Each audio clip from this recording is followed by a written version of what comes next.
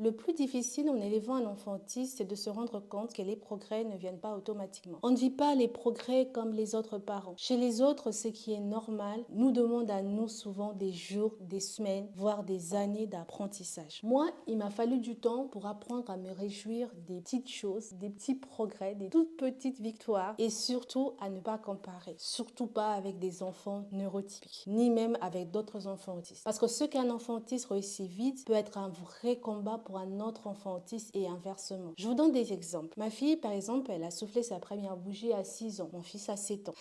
Ma fille, son premier pipi au pot a plus de 4 ans. Apprendre à mâcher correctement ses aliments a pris des mois. Pour certains, c'est banal, mais pour nous, c'est des immenses victoires. Au début, surtout avec ma fille, j'ai voulu tout faire à sa place. Je pensais l'aider, mais en réalité, je l'empêchais d'essayer. En fait, j'avais peur de la voir en échec. Alors, je l'habillais, je mettais ses chaussures, je faisais tout. Mais j'ai compris avec l'aide d'éducatrices, des psychologues, que l'autonomie commence là où on accepte que l'enfant échoue un peu. Même si l'enfant n'arrive pas tout de suite, le fait qu'il essaye, c'est déjà un progrès. Et parfois, il faut juste laisser le temps au temps. Je vous donne un exemple. Je me suis battue pendant des années pour que ma fille apprenne à mettre ses chaussures à l'endroit. Ça ne fonctionnait pas du tout. Et puis un jour, sans que je comprenne pourquoi, elle a fait comme un déclic. Ça m'a appris que tout ce qu'on met en place, même si on ne voit pas les effets tout de suite, ça construit quelque chose et ça finit par éclore. Alors oui, il faut adapter, changer de méthode, chercher des alternatives et surtout ne pas se décourager. Ton enfant n'arrive pas à couper avec des ciseaux, essaye les ciseaux adaptés. Il ne tient pas bien son crayon, il existe des adaptateurs pour les doigts. Il refuse le brossage des dents, il y a des embouts tout doux à enfiler sur le doigt. Essaye ça. Il faut parfois ruser de tendresse pour créer des ouvertures et surtout ne pas oublier de les encourager. Quand ils essayent, quand ils progressent, même un tout petit peu. Moi, je félicite, j'applaudis, je valorise et je donne un petit truc qu'ils aiment. Ça peut être pour ma fille qui adore les balles sensorielles, une balle sensorielle, un jouet qui crépite, un câlin. Si tu fais ça, alors tu fais déjà ce qu'il faut et ton enfant aussi. Sache que nos enfants progressent, pas toujours vite, pas toujours comme les autres, mais ils progressent. Et c'est à nous de voir les petits miracles du quotidien, même quand ils ne font pas de bruit.